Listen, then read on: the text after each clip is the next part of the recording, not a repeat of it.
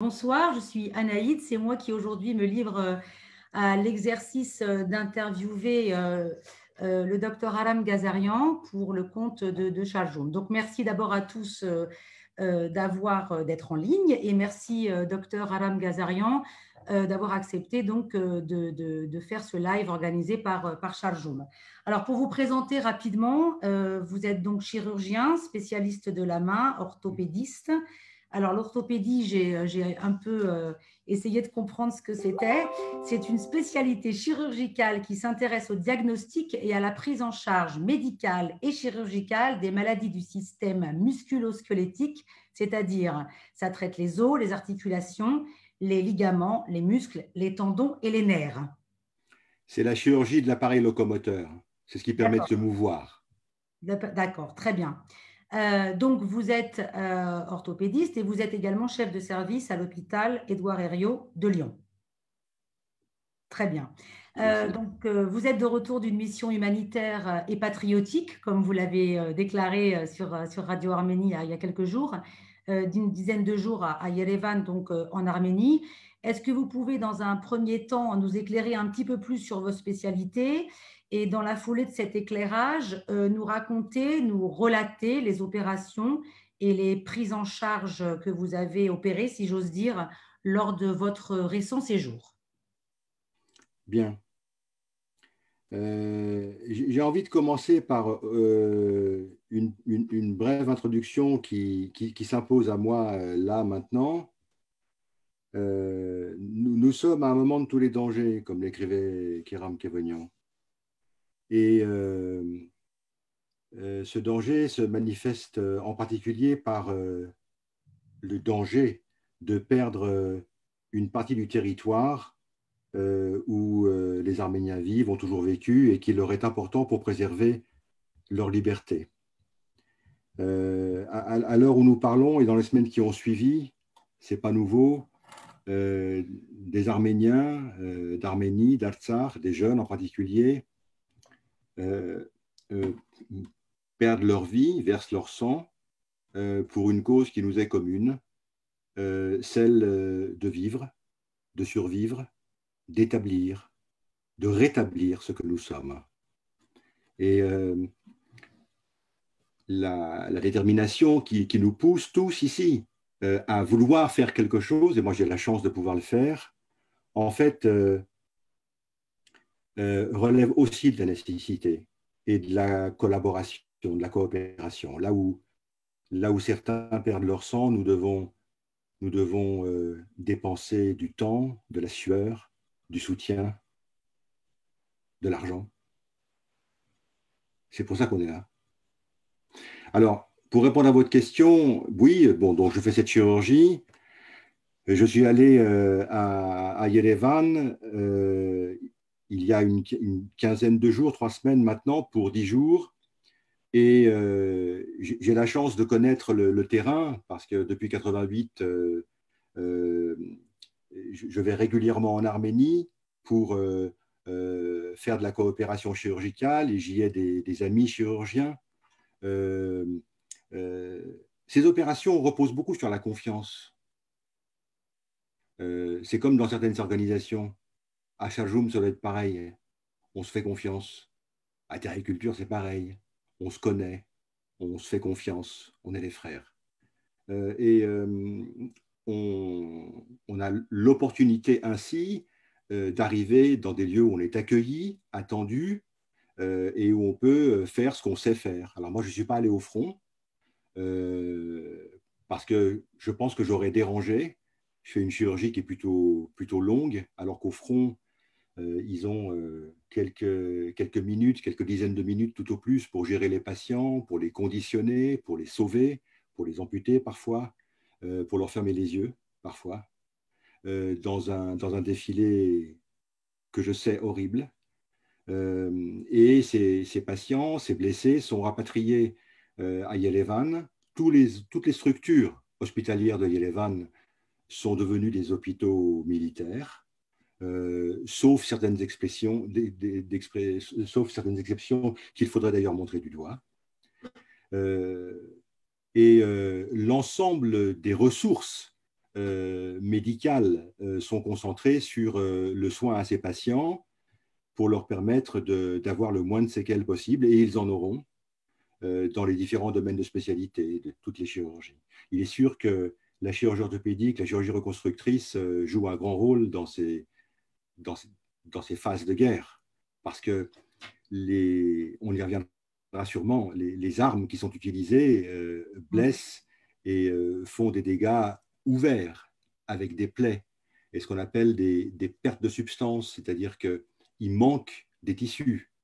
Quand un blessé reçoit des dizaines d'éclats d'obus ou de bombes à sous-munitions, il est criblé. Et en fonction de la proximité de l'impact, il est plus ou moins abîmé et ça demande à être reconstruit. Je peux me permettre de vous couper et de poser une première question justement sur la formation des gens qui vous aident ou qui vous accompagnent dans ces opérations. Est-ce que vous avez une équipe de gens sur place qui ont été formés? Est-ce que vous êtes seul, un peu dans le sens solitaire? Est-ce que vous avez les moyens de travailler? Parce que nous, c'est vrai qu'on est de l'extérieur, on ne voit pas forcément tout ça, et puis on a beaucoup d'informations qui se contredisent. Est-ce que vous avez les moyens de travailler correctement? Oui. Alors, les moyens se déclinent en structure, en personnes et en matériel. En termes de structure, il y a ce qu'il faut. Alors, c'est des hôpitaux qui sont plus ou moins à l'ordre du jour du point de vue de leur structure, mais il y a des hôpitaux, bien sûr. Il y a les personnels, et les personnes avec qui je suis en contact sont des chirurgiens d'excellent niveau. Vous pourriez vous faire opérer par eux en Arménie ou en France en toute sécurité, compte tenu de la compétence et de l'approche qu'ils ont du soin, sans difficulté et sans aucun doute. Ce n'est pas partout pareil. Le niveau de développement de la médecine en Arménie est quand même inférieur à ce qu'on trouve en Europe en moyenne ou en Occident, mais il y a des niches et des spécialités, des personnes qui ont une compétence qui n'a rien à rougir de ce qui se passe dans les meilleurs pays occidentaux.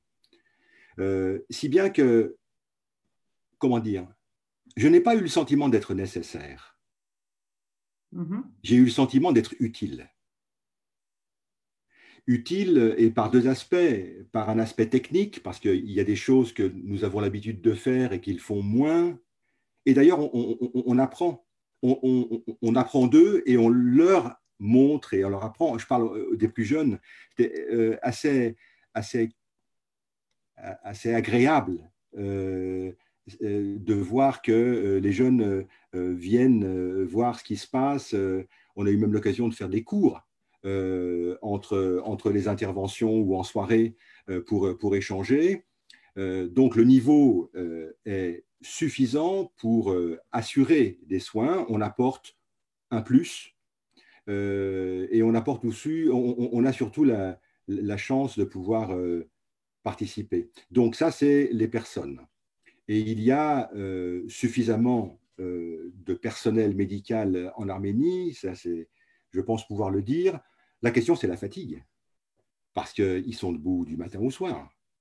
Et ils tombent malades. Le Covid avance beaucoup. Moi, j'ai un copain chirurgien, deux copains chirurgiens qui sont actuellement malades et bon, ils sont remplacés plus ou moins, mais effectivement, le nombre de personnes en soutien est là à son importance dans la tenue sur le long terme et la fatigue. Sans compter que les lésions d'aujourd'hui vont avoir des suites. Et ces patients qui ont besoin d'un soin urgent aujourd'hui auront besoin d'être soutenus et d'être soignés sur un plan chronique, et non seulement eux, mais aussi leur entourage. Donc, il faut s'inscrire dans la durée.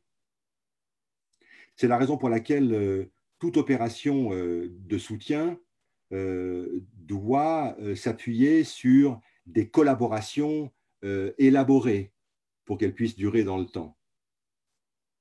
Oui, alors si je peux me permettre, nous, enfin en diaspora, vous aussi, on a énormément d'informations et on nous donne, on nous dit il faut nous envoyer ça, il faut nous envoyer ça, que ce soit des individus lambda, des gens qui sont dans les spécialités comme vous, ou tout simplement en regardant un peu les profils même du ministère des Affaires étrangères ou de la Santé qui nous disent il nous faut ci, il nous faut ça. Comment est-ce qu'on peut être, nous, utiles pour envoyer à qui se fier surtout, pour qui croire, comment faire pour essayer d'être le plus pragmatique possible. Est-ce qu'il faut essayer d'envoyer du matériel? Est-ce qu'il faut essayer d'envoyer de l'argent? Est-ce que des choses peuvent s'acheter sur place? Est-ce que le matériel est assez de pointe pour pouvoir l'acheter sur place, par exemple? C'est une vraie question qu'on nous pose souvent. Alors, on en vient au troisième volet de l'intervention et de ses moyens, les volets matériels ou les équipements. Ils sont pas mal équipés, mais il y a des niches qui sont manquantes. Je prends l'exemple d'un système de pansement aspiratif qui s'appelle le VAC, VAC, Vacuum Assisted Cicatrization. Pour les Français, c'est la thérapie à pression négative. Ce sont des pansements mousse, aspirants, qui permettent de déterger et de nettoyer des plaies profondes avec ces pertes de tissu dont je parlais, de façon à les préparer à être recouvertes et réparées. Très utile dans ces conditions. Et ils en manquent. Par exemple, voilà une demande précise qu'on essaye, à laquelle on essaie de répondre. Et là, je dois mentionner l'investissement et le rôle important de l'UMAF Lyon, qui met beaucoup de moyens, beaucoup d'énergie, avec un nombre important de membres qui se réunissent et qui font de belles choses et le maximum. D'ailleurs, la prochaine mission à laquelle que je mène et à laquelle je participe, du 7 au 17 novembre prochain, j'espère que je pourrai partir, les vols pour le moment sont maintenus, est financée en totalité ou en grande partie par l'UMAF. Donc, ces moyens, c'est une vraie question. Quand on a la chance d'intervenir dans un milieu spécialisé, comme c'est mon cas, on sait ce qui manque. Parce qu'on voit. Et puis, on a des copains qui nous disent Aram, il nous manque de ça, tel fil et tel fil, il nous manque tel matériel, telle longueur, tel diamètre de fiche pour les fixateurs externes. Je reviens sur le VAC. Par exemple, tel ou tel pansement, les pansements gras, par exemple, qui servent beaucoup à faire, qui aident bien pour les pansements délicats et douloureux. Et on accumule, on réunit ça. Mais tout simplement, ces besoins que vous identifiez, vous, sur place, ils vous sont envoyés ou c'est des choses qui peuvent être achetées sur place aussi? Ils trouvent sur place, mais avec le volume d'activité, ça ne suffit Oui, pas. ça ne suffit pas. C'est certain que, puis ça coûte cher. Une boîte de fils vasculaires pour faire des sutures vasculaires de 36 fils, on en utilise quelques-uns par chirurgie, c'est 500 €. D'accord, ah oui, effectivement. Oui. C'est cher. Et d'ailleurs, il faut remercier toutes les personnes qui nous soutiennent et qui nous aident autour de nous, dans les laboratoires, etc. Il y a une vraie présence et un vrai soutien qu'il faut saluer. La question du matériel, je reviens à la question plus générale du matériel et des besoins. Moi, je dirais deux choses. La première, c'est que celui qui est déterminé à faire quelque chose, il va trouver le chemin. Maintenant, il est certain que la coordination et la pertinence de l'aide est quelque chose de très important. Et quand on n'est pas sûr, il faut contrôler. Quand on n'est pas sûr de faire une aide pertinente, il faut s'assurer de la source de la demande, la contrôler pour être satisfait finalement de faire œuvre utile. Je prends l'exemple de l'UMAF, encore une fois. Terriculture s'est mobilisée dans un domaine qui n'est pas directement le sien, en tâchant de faire ce qu'il faut pour aider les populations soutenantes dans l'effort, on a pris soin de vérifier les besoins et de contrôler toute la chaîne en ce qui concerne le choix du matériel, son acheminement, etc. Donc, pour vous aider, vous, docteur Adam Gazarian, il faut donner de l'argent à Là, l'IMA, concrètement. clairement, Très bien. clairement. Moi, la mission là, que je vais faire, je vais emporter 15 à 20 000 euros de matériel. D'accord, très bien. Et ce matériel, il aura été au moins pour la moitié, probablement plus, acheté par l'UMAF. D'accord. L'autre moitié, c'est quoi? Ce sont des dons de laboratoire qui C'est vous des ont... dons de laboratoire. C'est des D'accord. dons de laboratoire. Alors, Euh, pardonnez-moi, je vous ai coupé. non, non, je vous en prie. Laboratoire et coopérant. L'équipe qui se prépare à partir est composée de 5 chirurgiens. Moi, D'accord. il y a Alain Turruc-Dichian qui se joint à moi, qui est chirurgien de la main à Dijon. Et quand je suis revenu dans le service, les jeunes chirurgiens de mon service m'ont dit, Monsieur, est-ce qu'on peut venir avec vous? D'accord. Alors, je vais en emmener deux, trois et ce sera très bien. Est-ce que vous avez déjà, de par votre vécu, été déjà confronté à ce genre de situation de Je guerre? suis pas allé seul D'accord. en Arménie. D'accord. Euh, c'est arrivé, mais à ce niveau-là et à cette participation-là, non. Mais peut-être bien que la situation le demande. Hmm. Est-ce que vous pensez que la structure aujourd'hui pourra faire face sur le long terme? Tout à l'heure, vous parliez des blessures, bon, bien entendu physiques, mais on parle beaucoup de blessures psychologiques, du blessé lui-même et de toute la famille qui, c'est très compliqué à vivre sur au moins une génération. Est-ce que vous pensez que l'Arménie pourra faire face à tout ça? Je dirais, elle fera face. Les Arméniens qui sont là dans la bataille montrent une détermination exemplaire, Hmm. un courage exemplaire, une vaillance exemplaire. Euh, c'est une situation de stress dans laquelle les types, même s'ils ne dorment pas la nuit, ils vont être là le lendemain. Bien sûr que ce sera plus facile si on est tous derrière, Hmm. avec nous, nos présences, nos moyens, nos aides financières, tout ce qu'on peut faire de façon à faire avancer la question. Et d'ailleurs, là, on peut aborder un autre aspect, qui est l'aspect politique. Oui, j'allais y Euh, venir, mais enfin, si bien sûr vous voulez en parler, bien entendu, mais j'ai une question d'une personne qui dit quel type de soutien peut apporter un non-médecin? euh, alors, ça dépend de ses compétences, de ses envies, de la Mhm. connaissance de la langue. Je dirais en premier lieu, il y a toujours quelque chose à faire, parce que même si on n'est pas celui qui fait, in fine, on est celui qui peut aider à faire. Et là, il suffit quoi? Il suffit de la bonne volonté, du sourire, Tout le monde, de l'ardeur. pour le coup. Mm. Donc, ça compte beaucoup. Un des chirurgiens avec lequel je parlais hier me disait qu'il avait une jeune étudiante des États-Unis qui passait dans le service, qui a une belle voix et qui chante pour les soldats. Mm.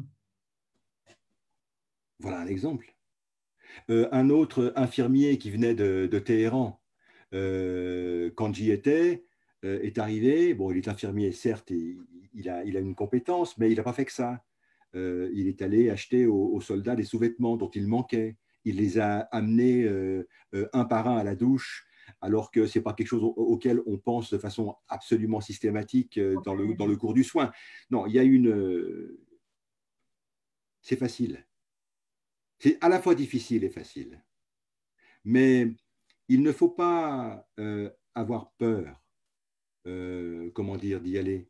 Euh, il est certain que la présence humaine, le coude à coude, est quand même essentielle. Oui.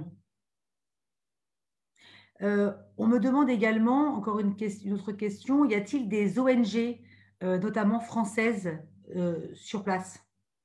Alors, moi, j'en connais qu'une je ne voudrais pas écorcher son nom, que Ampar Kalayan, président de l'UMAF, me pardonne si si je l'écorche. Je crois que Solidarité chrétienne, qui est présent, mais loin dans les terres, jusqu'à Chouchi, depuis le début. Je ne connais pas précisément cette organisation. Je ne connais pas d'autres organisations humanitaires, caritatives, qui soient actuellement présentes sur place. D'accord. Une question encore, ça vient comme ça, donc il n'y a pas forcément de lien entre les deux les questions, mais Pas pouvez-vous grave. en dire plus sur les blessures des bombes à sous-munitions? Alors, bon, je ne suis pas spécialiste de la balistique. La bombe à sous-munitions, c'est une bombe interdite par les traités Oui. actuels Mhm. en temps de guerre, Oui. est une bombe qui contient des bombes. Et donc, elle explose, mais quand elle explose, elle fait un dégât local.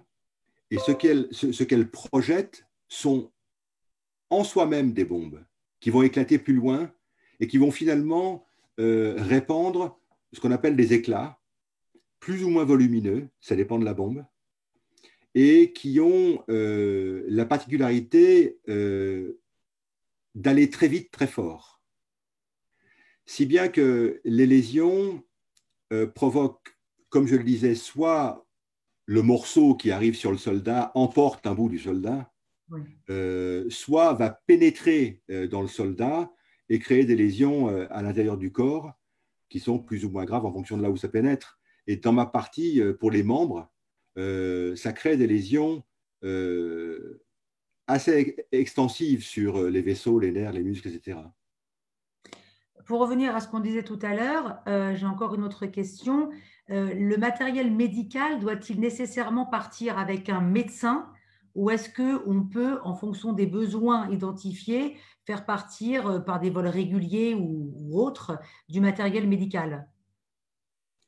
Ça ne me paraît pas nécessaire qu'un médecin transporte le matériel. Si le matériel est bien identifié et qu'il a un destinataire précis, il n'y a pas de problème. D'accord, très bien. On me parle également des prothèses. Qu'en est-il des prothèses? Je Est-ce dirais qu'il y la a- prothèse, ce n'est pas le moment. La D'accord. prothèse, ce n'est pas maintenant. La prothèse, ce sera plus tard quand les moignons auront cicatrisé. C'est pas à l'ordre du jour. L'Arménie a connu sa période il y a 30 ans de prothèse après le séisme. Mhm. Et il y aura des progrès à faire là-dedans. Mais ce n'est pas l'urgence là. Très bien. Et la mission donc vous apprêtez à, vous repartez donc dans quelques jours et ce pour 10 jours, va ressembler à ce que vous avez déjà fait. Est-ce que vous allez faire le même type de travail? Est-ce que, là, il y a une question un peu sous-jacente, est-ce que vous avez aussi le temps de former quelques personnes sur place? Vous en parliez un peu au début, mais il y a encore une question là-dessus. Est-ce que vous avez le temps de former des gens ou est-ce que les gens peuvent tout simplement assister aux opérations et apprendre et refaire ces gestes sans vous, par exemple?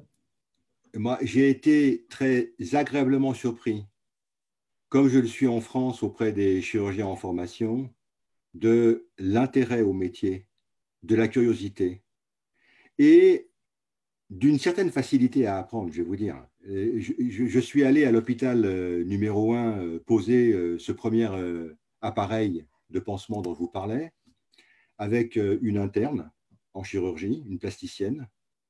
Elle m'a regardé faire une fois. La deuxième fois, elle a fait mieux que moi.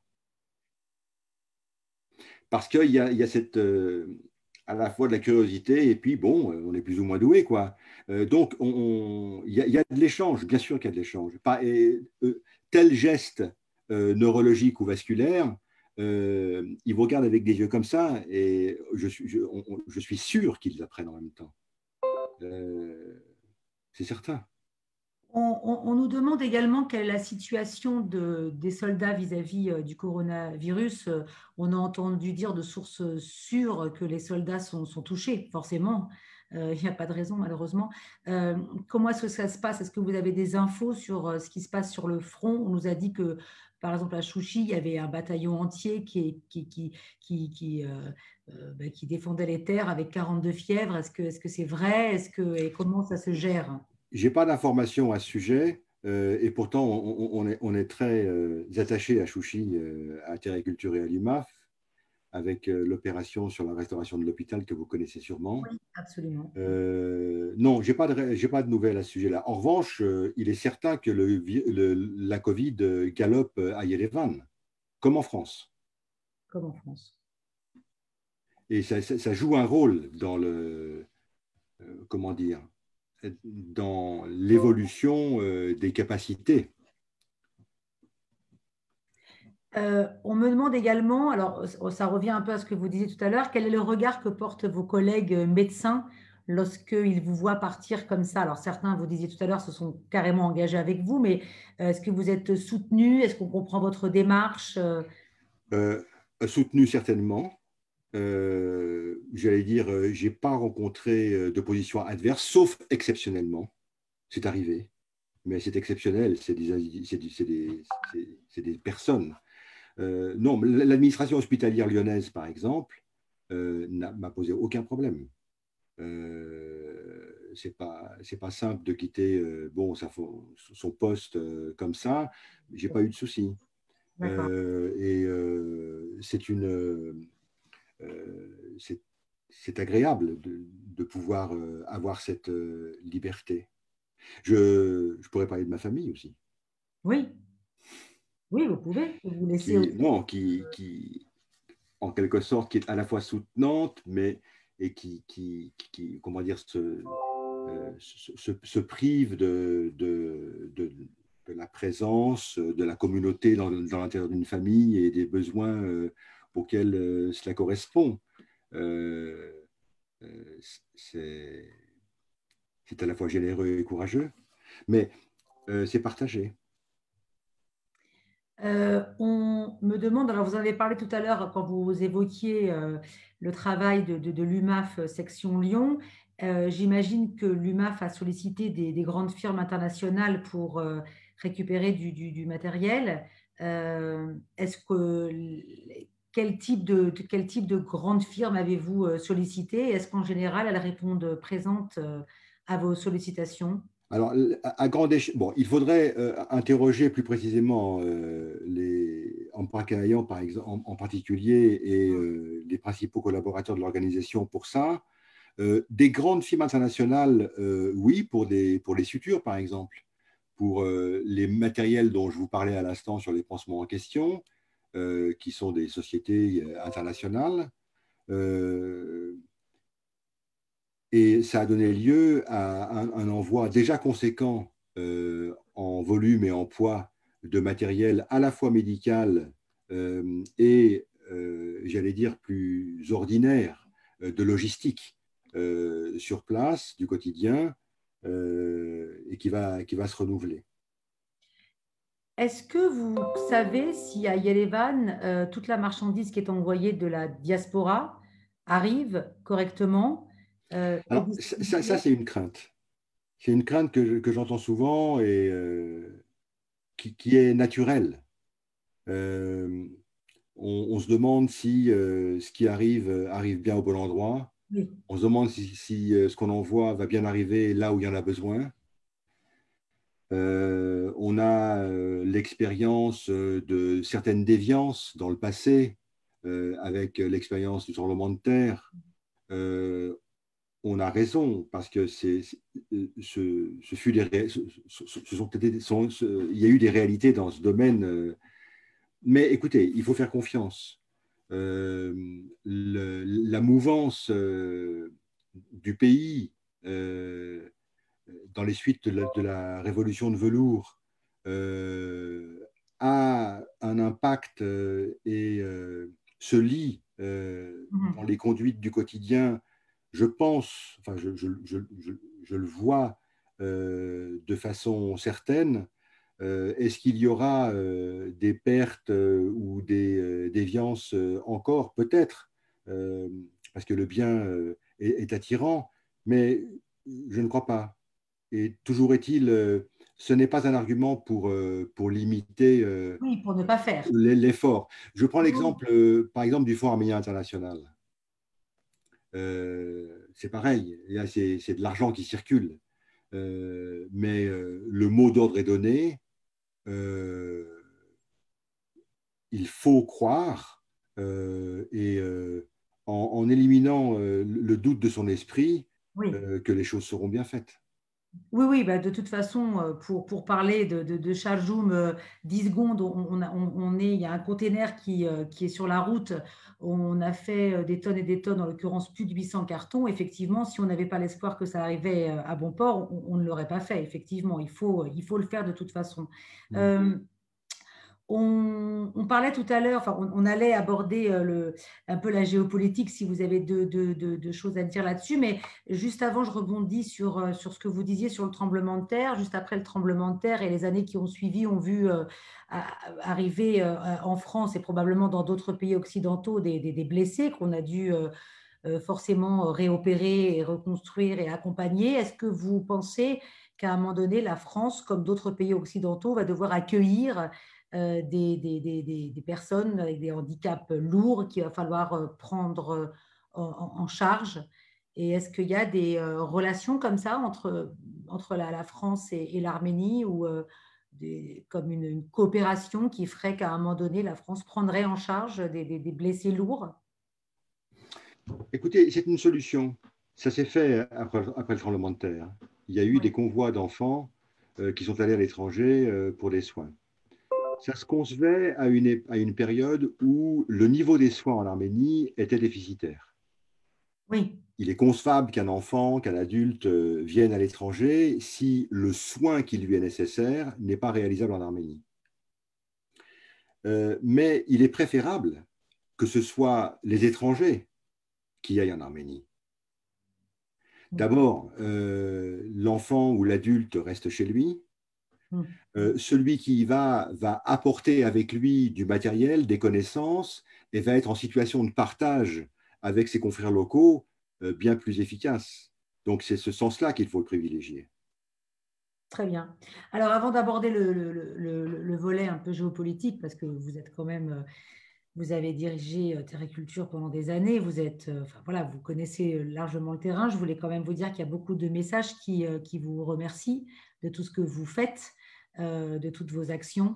Il y en a beaucoup qui vous admirent pour ce que vous faites, justement, pour mettre de côté comme ça votre profession à Lyon ainsi que votre famille qui forcément à un moment donné souffre de votre absence. Donc voilà, il fallait que je le dise. Maintenant, au niveau géopolitique, quel est votre sentiment avec toutes les informations dont on dispose, alors, sans prédire l'avenir, malheureusement, euh, qu'est-ce que vous en pensez? Est-ce que vous faites partie de ces optimistes qui disent que oui, nous sommes nos montagnes et on gagnera? Ou est-ce que vous penchez un peu dans une couleur un peu noire de l'avenir qui nous attend? Non, vous connaissez ma réponse. Je suis optimiste. Euh, euh, comment engager cette discussion sur l'aspect politique ou géopolitique de la situation? Il y a deux idées qui me viennent à l'esprit. La première, c'est que nous sommes bien seuls. Oui, Nous sommes bien seuls. Et on se demande comment les Arméniens et comment nous tenons sur le front. C'est incroyable aujourd'hui. Vu la disproportion des moyens engagés, c'est incroyable. C'est pas nouveau. Et nous sommes déjà sortis glorieux, libres de mm, telles situations. Le deuxième aspect, c'est que on a quand même l'impression de lire une histoire que l'on connaît déjà, euh, avec une menace majeure sur une nation, un peuple, et à l'extérieur, en fonction de la proximité, des liens historiques ou bien des intérêts. Euh, Au mieux, une protection retranchée, je parle de la Russie, ouais, mais qui est absolument nécessaire. enfin, il me semble, et au pire, du désintérêt. Et entre les deux, l'expression d'une position sans action. On aime entendre le président Macron se positionner et exprimer son soutien aux Arméniens. On n'aime pas entendre Le Drian clamer la neutralité, car comme disait à la tribune d'une manifestation récemment Jean-Michel Ékirian, Oui, à anesthésiste, Trocadéro c'est ça, la semaine être neutre, dernière, c'est prendre parti. il y a 10 jours, oui, absolument. Euh, et on aimerait plus d'action. On aimerait beaucoup que la situation soit suffisamment bien comprise pour que soit accordée à la République du Haut-Karabakh sa légitimité, ne serait-ce que dans une intention de protection d'urgence, Oui, comme ça a été le cas, par exemple, au Kosovo. Je ne m'étendrai pas là-dessus, mais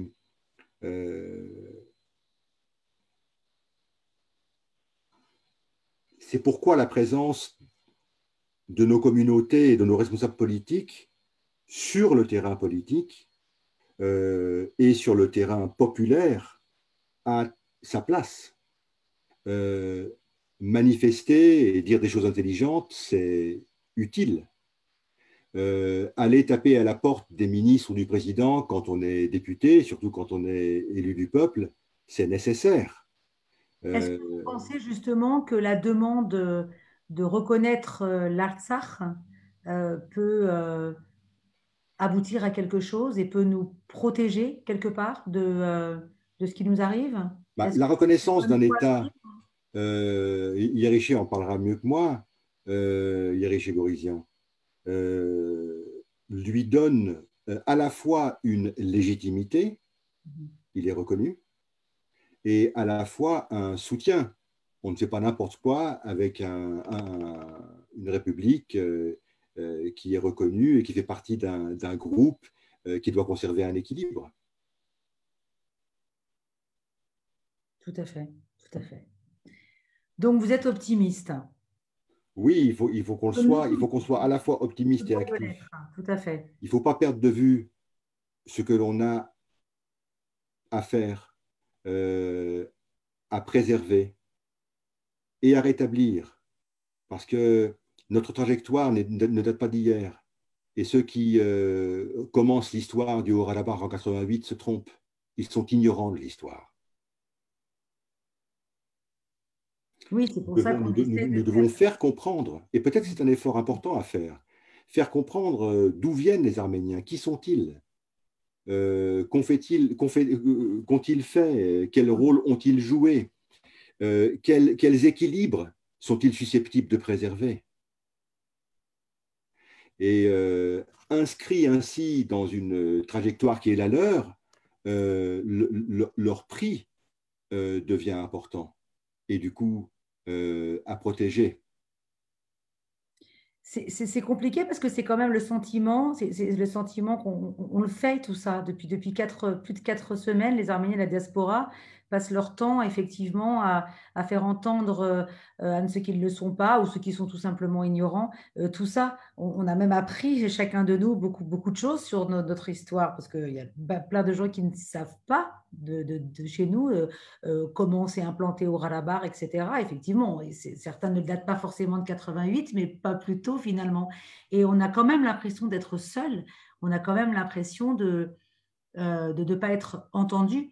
Et quand vous dites tout à l'heure, vous avez dit que les politiques ne savent pas, on a quand même du mal à se dire, bah, si, en fait, ils savent ce qui se passe. En 1915, tout le monde savait. Aujourd'hui, les combats se font sur Facebook, on les voit tous les jours, hein. Donc, comment continuer à se dire que effectivement, on va essayer de gagner tout seul. On est tout Mais seul. il ne faut pas confondre l'actualité et la pensée politique. L'actualité montre des choses, mais les gens en voient tellement des choses. Ils voient Oui. tellement d'horreurs au quotidien. En revanche, ils ne comprennent pas car ils n'ont pas la notion des enjeux, tant sur le plan historique que géographique ou géopolitique, parce qu'ils n'ont pas soit l'envie, soit l'habitude de penser à ces choses-là. Il faut les y inviter. Il faut les y inviter, bien entendu.